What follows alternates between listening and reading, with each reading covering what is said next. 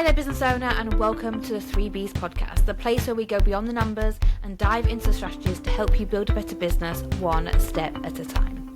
I'm your host, Stephanie, a multi-award-winning entrepreneur with over a decade of experience in the bookkeeping and accountancy world. If you're a business owner looking to streamline, grow, and get back the time that you deserve, you're in the right place. We're tackling real-world problems, answering tough questions, and digging deep into business-building secrets in just 15 minutes each week. So are you ready to build a better business with confidence and clarity? Then let's go. Hello and welcome back to another episode of the 3Bs podcast, your go-to place for 15 minutes of CPD certified motivation, inspiration and education each week. As always, I'm your host Stephanie, and if you're a UK business owner wondering what on earth is happening with the HMRC's digital changes, then this is the episode for you. Because while everyone's been panicking about making tax digital, something major just happened quietly in the background, and I want to go through it with you. Let's just start with the HMRC have released the digital roadmap, which is what we're talking about today. And if you haven't heard what that is, it's basically their master plan for turning tax and every part of your interaction with the HMRC into a digital first experience, which we all want and need, because as accountants we spend forever on the phone to HMRC, and the smoother and easier we can make the customer journey for you as a client, as a business owner, us as accountants and tax agents, to the HMRC themselves, the easier it will be for everyone.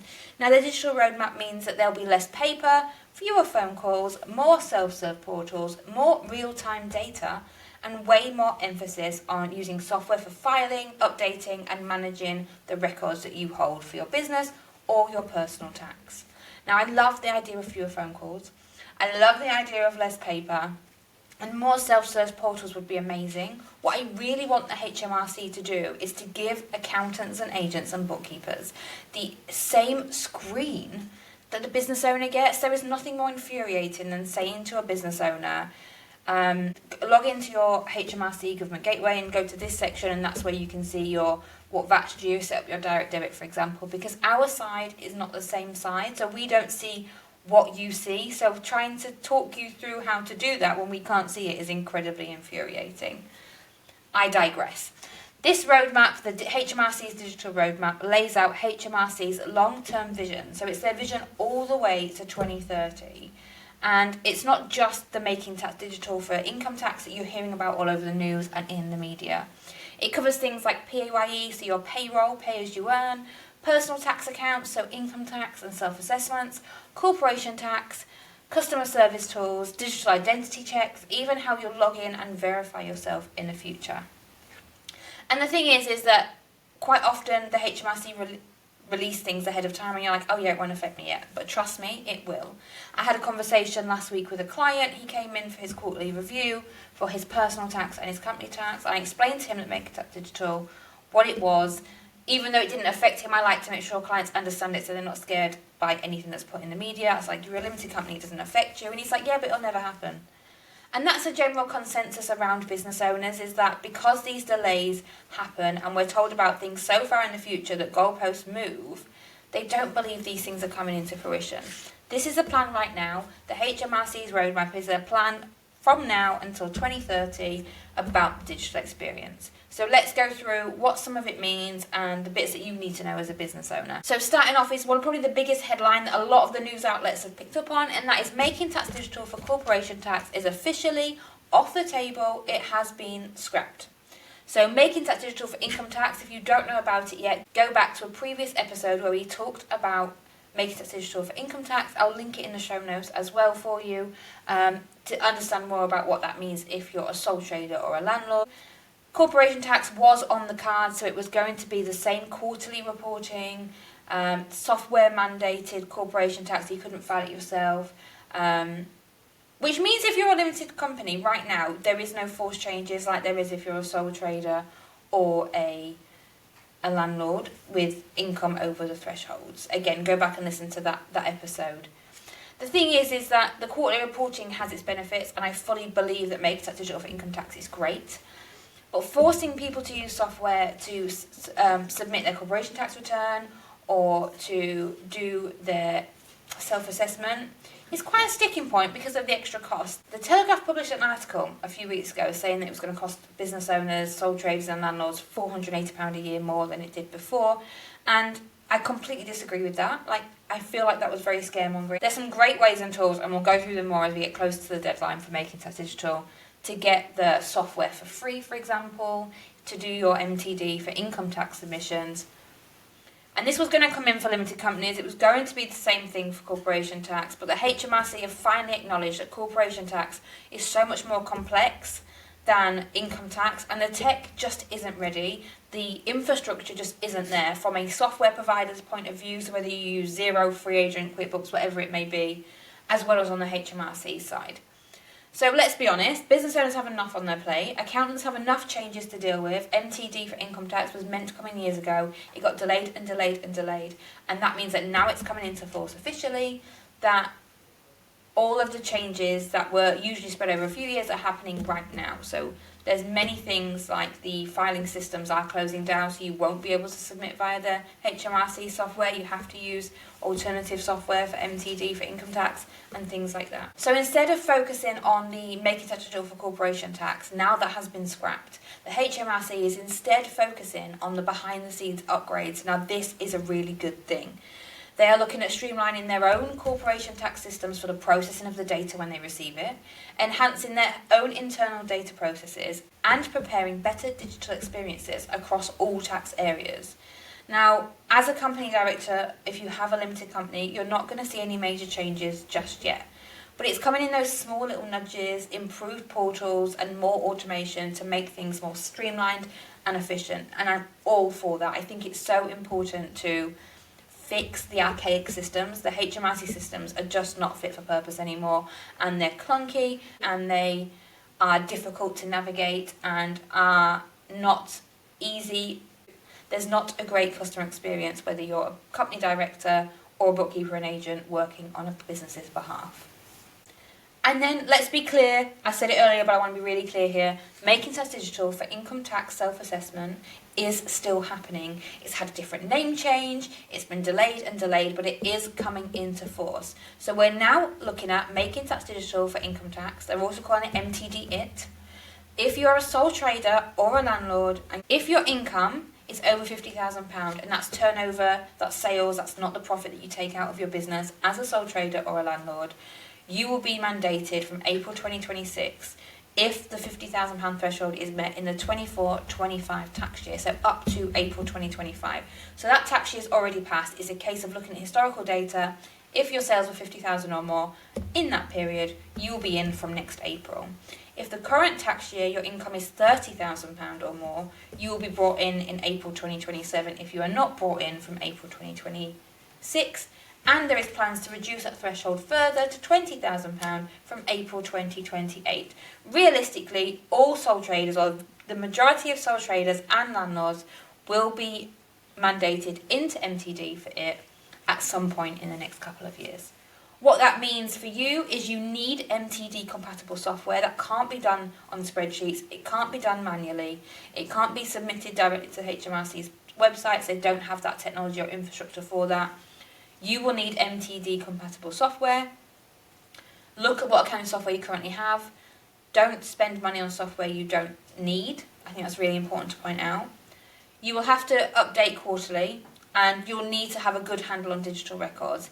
If you are the type of client, and we see them in the practice still quite regularly, who keep everything in a shoebox, all your receipts, and then give them to your accountant at year end, that's no longer going to be acceptable, and you're going to catch yourself getting fines and penalties very, very quickly. So instead of doing that, you've got time. I'm giving you a head start. If you've not listened to the previous episodes and you are going to be mandated into this at some point, start doing it now. Start investigating now. Have a look at the software out there. There is free software options if you bank with certain banks, which I'll definitely cover in a later episode.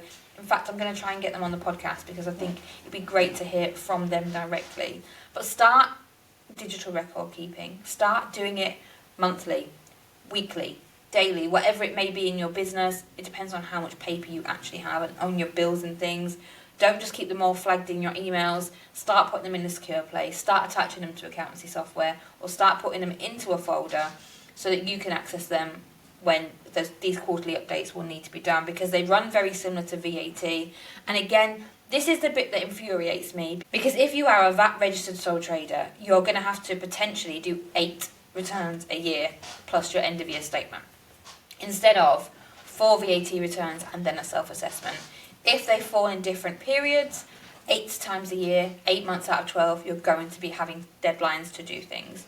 If they fall in the same calendar quarters, then every quarter you're going to have to do a VAT return and your quarterly update for Making Tax Digital. So it's something to be aware of, something to factor in. If you do it yourself, then make sure you're confident in doing it. If you outsource, start having that conversation with your bookkeeper or your accountant on how things are going to work, what process can we start to put in place, while you can still practice before we start getting fined. And finally, the roadmap beyond tax. The HMRC's report is not just about tax returns. The HMRC is building out a unified login system, which, hallelujah, gov.uk one login should be in place by the end of 2026, which I think is really important. So that's where you have one login, one government gateway that unlocks all of your different parts of your business. So maybe that's personal tax, business tax. You can have it all in one place, one login. Childcare, if you have to go on every quarter to get your tax-free childcare funding. Having one login to log into everything just makes sense to me. Biometric ID verification on helplines, they're looking at bringing in, which I think is really good. That biometric ID verification can help verify you are who you say you are. That also stops people calling up pretending to be you and potentially committing fraud on your name. Improved PAYE visibility inside your personal tax account. This one, again, I'm really excited for, because if you have more than one job, so maybe you're employed and you have a side hustle or a sole trader business, or you're a landlord and you're also employed, having that visibility across your pay-as-you-earn tax as well as your personal tax and adding the two together, because that is what you're taxed on at year end. Having that visibility throughout the year makes sense for better tax planning with your accountant, or just so that you know what's going on and what you need to maybe start putting away and saving for your personal tax bill. They're also looking at putting in more automated compliance checks behind the scenes, which again, I think the automated compliance checks are great for spotting potential fraud. And the final bit on the roadmap I wanted to point out is that they have set a target of 90% of digital interactions with all customers by 2030. Now, if that means we can get the answers we need without getting frustrated, talking to a chatbot or getting it from a portal 90% of the time, that's going to cut down a lot of waiting time on those HMRC helplines, because not only will there be more answers being given so that there's less people sitting in the queue, but also people are going to get their answers quicker, which makes us all more productive and more efficient. So what do you need to do now? To recap, don't worry about corporation tax MTD. It's scrapped, it's gone, hallelujah. Does not say it won't come back at a later date, but in the next 5 years, we don't need to think about it. There's enough other changes coming in for bookkeepers and accountants to get their heads around and to worry about corporation tax MTD on top. Do prepare for Making Tax Digital Making Tax Digital for income tax if you're a sole trader or a landlord. If you're not sure if you qualify, if you have a few questions and don't really understand it, do get in touch with us. We have office hours over the summer, but you can also just drop us an email and we can get back to you, or you can book a power hour if you want a full hour of my time where I sit with you and answer all of your questions and put a plan in place to help you move forward with your business. Again, links will be in the show notes to get those booked for you. If you haven't already, go and set up your personal tax account for a government gateway. If you are employed or a business owner, having that personal tax account and being able to get that visibility as they increase the behind the scenes functionality is important to get it in place now. Keep an eye on any PAYE or login changes. The HMRC often email us when there's changes. If you're a client of ABCS UK, you'll get an email from us anyway, so you don't need to worry about keeping an eye out. We'll let you know if anything changes that you need to be aware of. And most importantly, get your systems and processes in place before HMRC forces you to do so. Digital is coming. It's just coming in a different shape than we expected. MTD is still going to come. The roadmap is about simplifying and not scaring, but waiting until it's urgent is not a strategy, and you need to prepare. So that's the end of another episode of the 3Bs podcast. Thank you so much for joining me. If this helped, please do share it with someone that you know. If you know a business owner that is burying their head in the sand when it comes to MTD, or their business finances are a mess and they're too scared to reach out, send them this episode. If you found this episode useful, please do also rate, review wherever you're watching this or listening to it. It really helps me reach more business owners to help us all build better businesses. If you're on YouTube, don't forget to hit that notification bell so you can see when a new episode goes live every Thursday, 6 a.m. on podcast platforms, 8 a.m. on YouTube, and I'll see you next week for the next one. Bye. And that brings us to the end of another episode of the 3Bs podcast. I hope you found it useful and that you're walking away with some motivation, inspiration, or education to help you build a better business. Don't forget to subscribe, leave a review, and of course connect with us on social media for more insights, tips, and behind the scenes content. Your next step in building a better business is just a click away. I can't wait to connect with you, and I'll see you on the next episode. Bye.